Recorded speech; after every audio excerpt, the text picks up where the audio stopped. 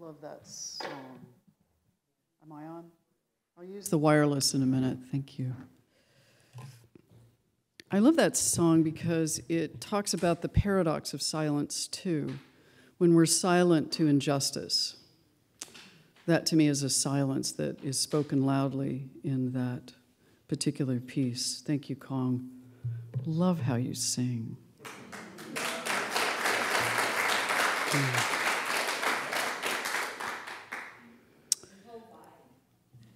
What's that? I know. Sorry, this is my talk title.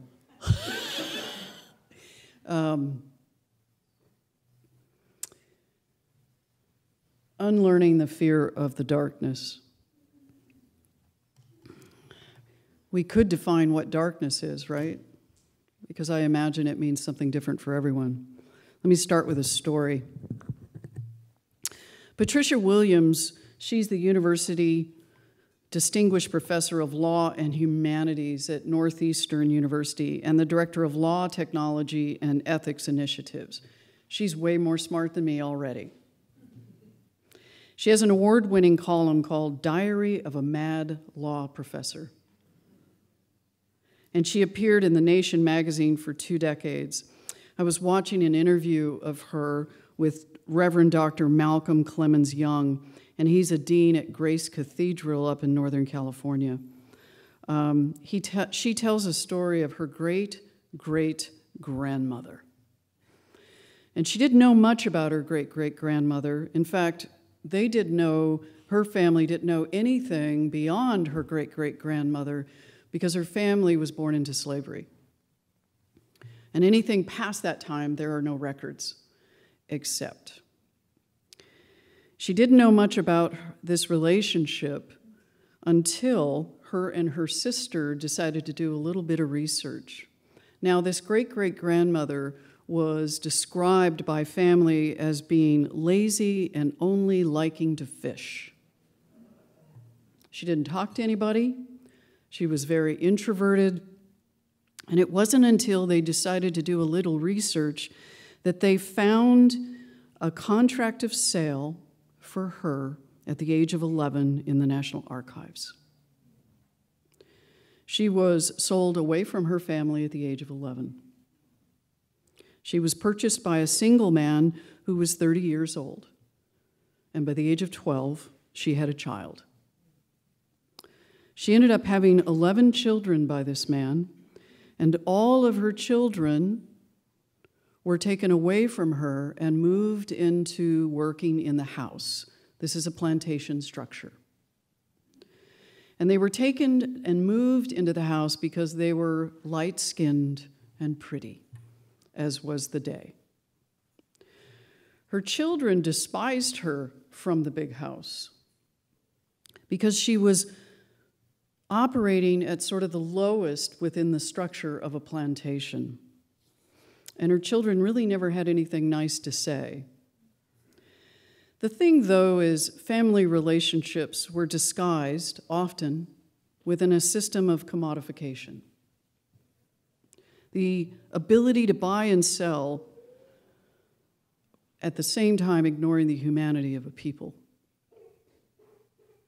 Now, this affected and continues to affect families, generations. In fact, we don't really even know how much has affected generations because it's really not talked about. The story of her trauma became a characterization of her being lazy. She didn't, like I said, she didn't talk to people. And family relationships were disguised in the plantation as a means of justifying what was happening at the time. Today's world, something happening like that to an 11-year-old would be considered the most horrible form of abuse we could imagine. But at the time, it was okay, because we had declared a group of people as being not human. That's how we do it. Now, her family had created that story from the very system in which they had grown up in. And it wasn't until Patricia and her sister realized that their great-great-grandmother was probably horribly depressed and affected, and that probably the only place she could find peace was by the river. That is an assumption, because that's all we can make. Now, the thing about exploring sort of the darkness of family issues and the darkness within ourselves is, I think, greatly spoken from this Sufi mystic quote. If you don't have room in your living room for an elephant, please don't make friends with the elephant trainer. I'm going to repeat that. If you don't have room in your living room for an elephant, please don't make friends with the elephant trainer. In order for us to look at things, we have to realize that part of the process is that discomfort. It's not going to be comfortable when we look at both history and we look at whether it's our own personal history, family history, collective history, even getting to this point in our unification between two communities. There was a sense of having to look at things in a much deeper, open way. And part of that was a recognition that alone we can accomplish so little. Together, we can accomplish a greater potentiality, and it comes back to this, which is there are strengths in both communities, and those strengths collectively, which is really the power of oneness, which is knowing that we are all part of it. And it isn't just these two communities that have come together. We're not doing it just for Seal Beach and Namaste, are we? We're doing it for the world. So what is the world asking for us to do? To look at our lives and places that we need to reveal beliefs and systems that are not only not serving us, but keeping us from our true potential. Plato's allegory of the cave. How many of you have heard the allegory of the cave? And if you haven't, that's okay. It really goes like this. It begins with these prisoners who are living their entire lives imprisoned inside a cave. They do not know it. Behind the prisoners is a fire. And between the fire and the prisoners are people carrying puppets and other objects, and they're casting shadows between the fire and me, and they're projecting them up against the wall. They believe this is the reality. They've known nothing else, so how could it not be? One prisoner suddenly looks around and sees what's happening behind him. Looks from the light to whatever is really going on. Maybe I can look at it, which is, I'm going to look at the elephant trainer. The prisoners could escape from the cave. There was always a place to go. But because they were so focused on the shadow, they never saw a way out. This one prisoner ventured out, saw what was outside, it's all brand new, and decided to go back in and try to rescue the others, but the others would not believe. Oh no, this is the reality. This is what's true.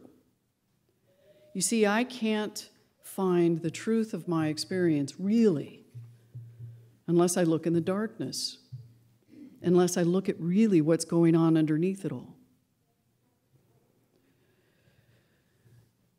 So Mohandas Gandhi said this with respect to a question that was asked to him. He says, he was asked, do you have a message I can take back to our people? Someone shouted this to him at a train station, and he responded back with a note, words written on a piece of paper, and he said, my life is my message.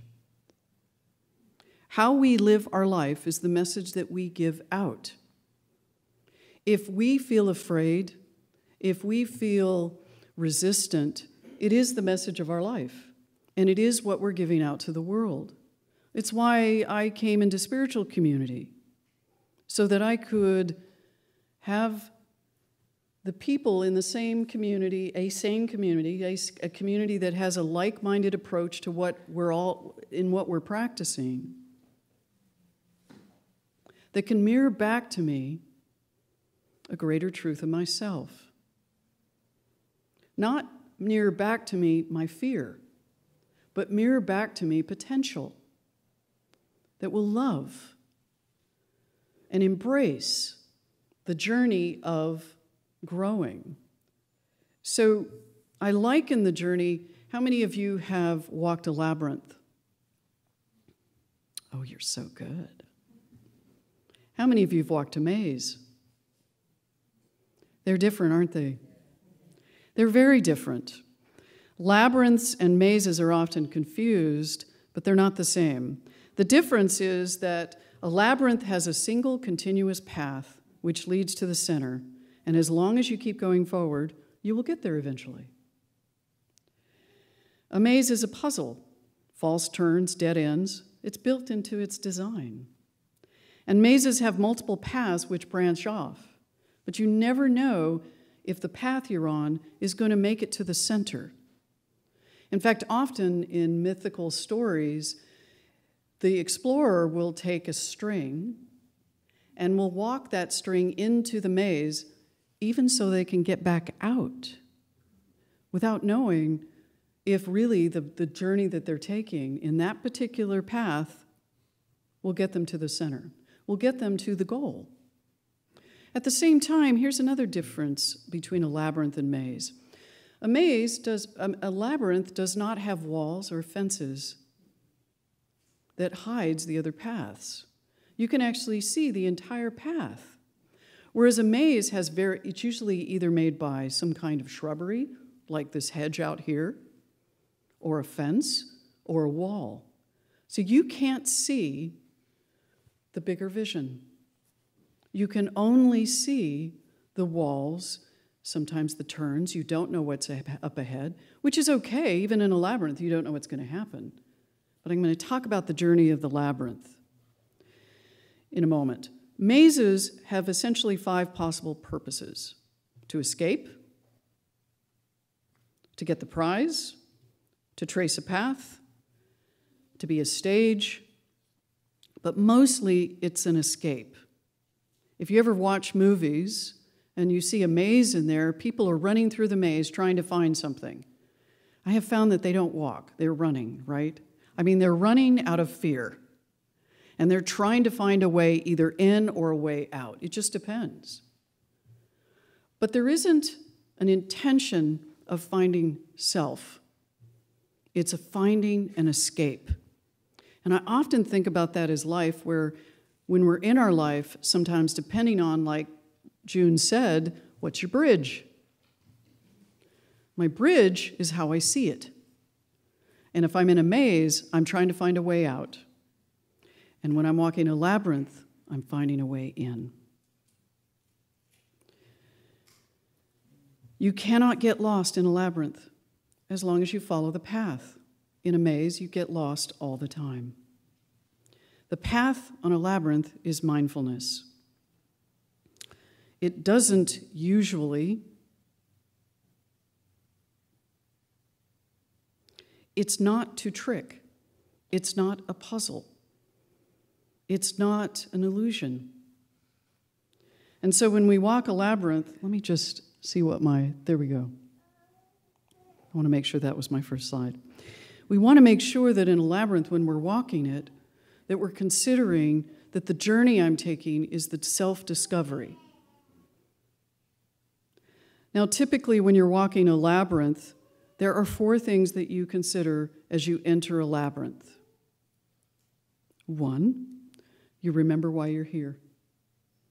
You're pausing before you walk through the labyrinth. Why am I here?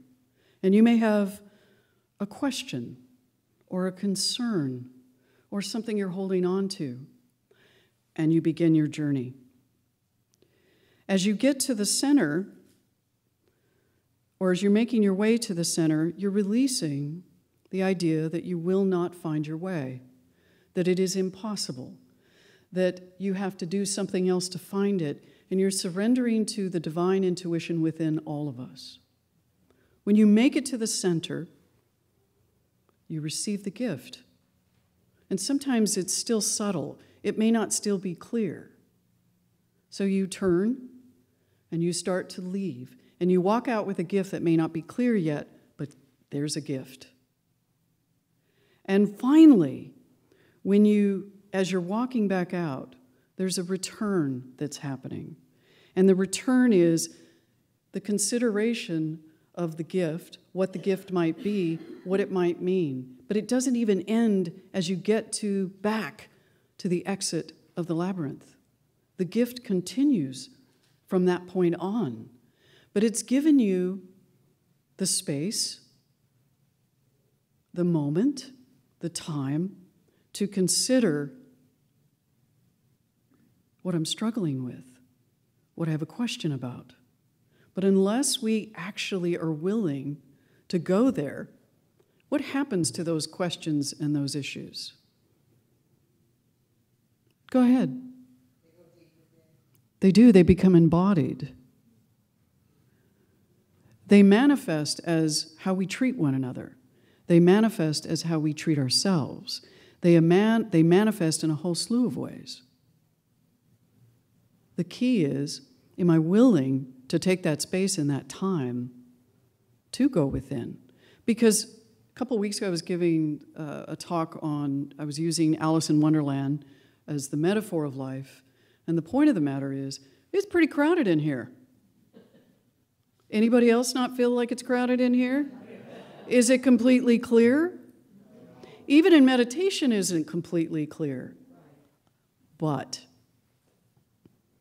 if I can be that observer, then I can understand that the average of my thinking is what is holding me back. The average of my thinking is a way in because I'm going to look at the thing that I am so obsessed with. Could it be that I feel inferior? Or could it be that I feel superior, which is just another form of inferiority? Could it be, whatever it is my pattern, unless I look in that dark place where it loves to hide, but I would even consider that the dark place is only the place we won't look. It's hidden because I hid it. Intentionally, unintentionally, whatever it is the place that I'm afraid to look. Reverend John and I were talking this week about when a child has a nightmare and you go into the room with the child, what's the first thing you do? What was that? Turn on the light. What's the next thing that you do? Comfort them. What else do you do? How do you do that? Show them. What do you show them? Under the bed? What do? We open the curtain, there's nothing out there, we look under the bed, there's nothing to be, it's not that there isn't anything there, it's nothing to be scared of. It may be I'm scared of the stuffed animal or whatever it is, and you pick it up and you hold it, and you show and you demonstrate what it really is. But if you just turned on the light and comforted them and put them back to bed and left, what's going to happen? I'm still scared of the closet, and I'm still scared of under the bed, and nothing has shifted except it's okay that you're afraid. How do you feel about that? You got to look. You have to look. And if it kind of goes like this. When you're dealing with something over and over and it doesn't change, the question I have is, it's like, I'm going to use the number 15 just for the sake of this point. Do I have 15 years of experience of the same thing, or 1 year of experience 15 times? Am I continually each year doing the same thing over and over, which isn't experience doing it differently? It's experience doing it the same way over and over and over and getting nowhere.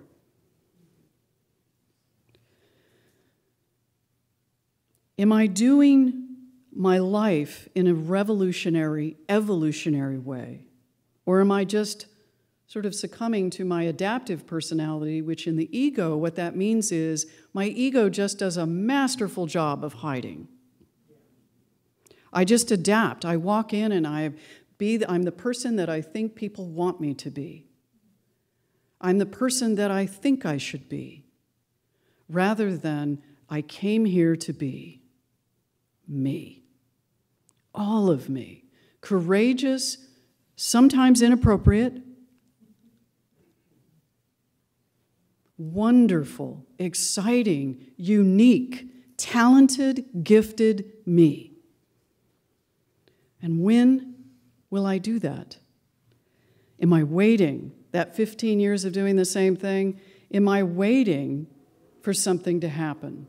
Am I waiting, like the maze, for a way out, just escaping? Am I waiting to have the right house, the right relationship, the right car, my spouse changing, my kids acting better? This new generation, don't care for them. Look how they act. Am I waiting for them to be better?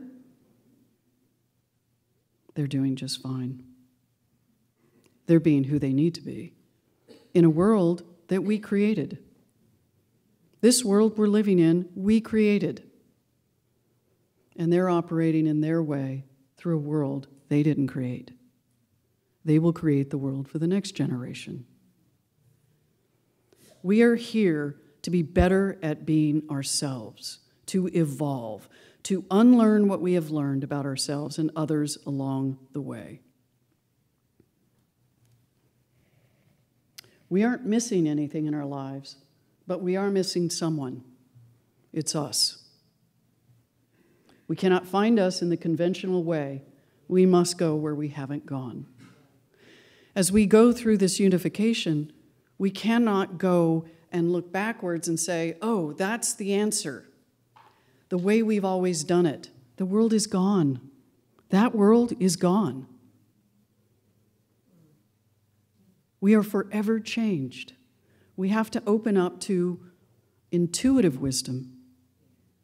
We have to listen. We have to look around and say, who's not in the room? Who should be in the room? What are the structures that are possible in this new configuration? What is a new way? I always like to think, when I first started thinking about this last year, about the fact that as a minister, the role is so huge that it's impossible. We have to find a new way. It cannot be just about the minister. It cannot be just about the board. It cannot just be about a couple of people in the room. That if we want spiritual community to continue, we collectively have to create it. Do you want to know why collectively? Because you need to be in the room, and you need to be in the room, and you need to be in the room with the gifts and talents you have, because if you're not in the room, we're going to miss out on solutions and ideas that are necessary. It cannot just be a handful of people. We all have to take a step in to the darkness. And while we may feel that, oh, I'm not smart enough, I don't know what to do, I'm not enough, or whatever that is, by the way, that is the journey. Creating community is a spiritual practice. It never ends. We voted. Are we done? No. No. And when we're all one, are we done? No. We have to continually evolve. Not just for the community. But do you want to change the world? Do you want more love, more peace, more abundance? We have to step in and allow that shift within us. The shift, that invitation, that pull, that draw that says, remember why I'm here. Why am I here? And if I'm not asking why I'm here, and it's not about my vocation, by the way, it's nothing about your vocation. If you're thinking, what's my life purpose? It has nothing to do with your vocation. Nothing. In fact, I remember thinking, wow, if I could have that job, that house, that car, that this, then I'm going to feel better. This much money in the bank didn't help, by the way.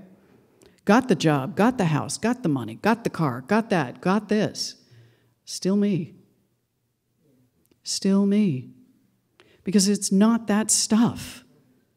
It's not the right building. It's not even the right minister.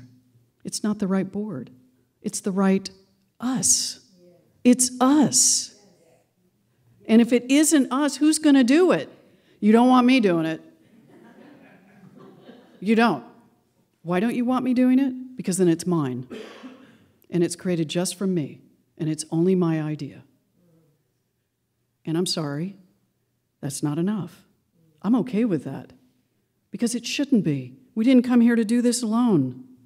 It's up to us to take the ego that says we're not enough, or I don't know enough, or I don't feel comfortable being part of it, and stepping in and saying, what can I bring that is uniquely me?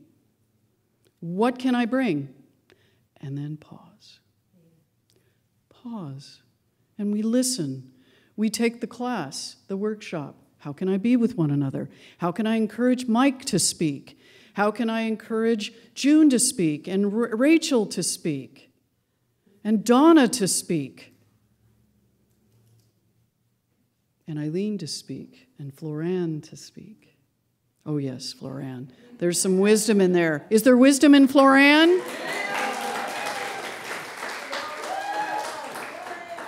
Sorry about that, Floranne. Each one of us have something. Sometimes it's listening. Whatever it is, let's bring that.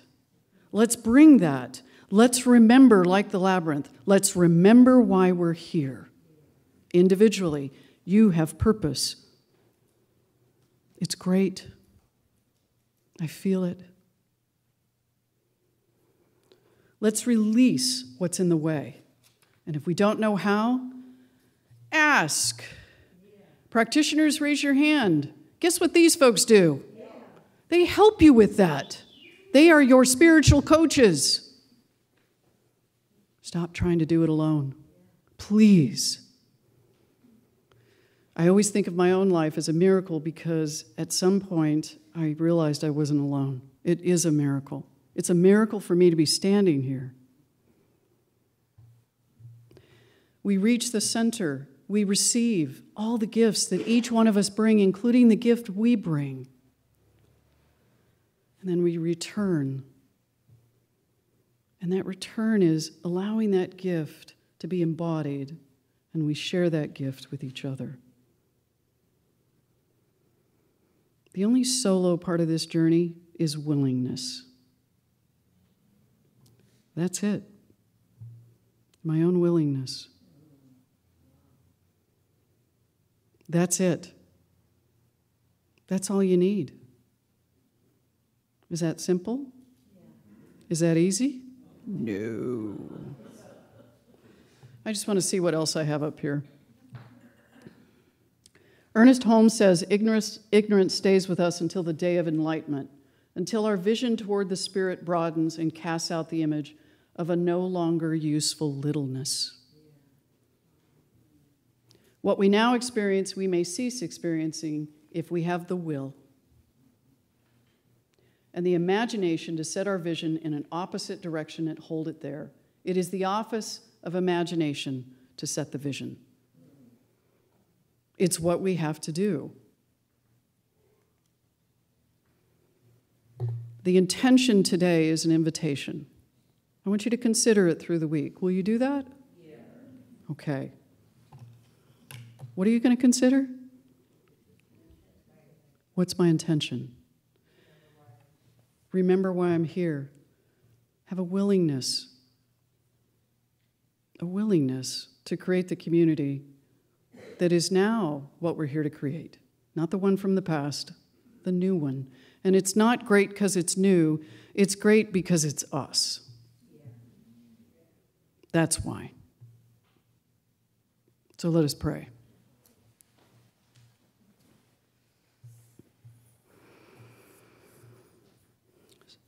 In gratitude, I stand here on this sacred ground as my feet are held up. My entire being is held up by this planet that is a gift so precious, that it is the home of all creation here on earth. And it reminds me that I am part of something huge, something infinite, that I'm connected to all that there is. Because there is only one life, that life being God's life. And that God's life is manifest in the multiplicity and diversity of all creation. So I stand with that, knowing that right here and right now I acknowledge the oneness of all in this room with all that there is. And I affirm and declare a willingness to open to step into new, to say, I don't know, I'm still here. To step in and be part of the beloved community where all are welcome, where the evolutionary and spiritual journey of each person is supported along the way, both in an enveloping and developing way. Why am I here? I will ask myself, knowing this is true for each person here, why am I here? I am here to love. I am here to be peace. I am here to practice abundance. I am here to realize joy, that lightness of being. And this truth I know for myself, I know for each person in this room. So in this gratitude, knowing that this word has power, words have power. And everything I speak, I am mindful of. And when I'm not, I clean it up and do it again. And accept that as the grace of the universe. And so I just released this prayer in such gratitude for being part of the amazing communities of Seal Beach and Namaste. And we accept that. Do we? Oh, yes. And so it is.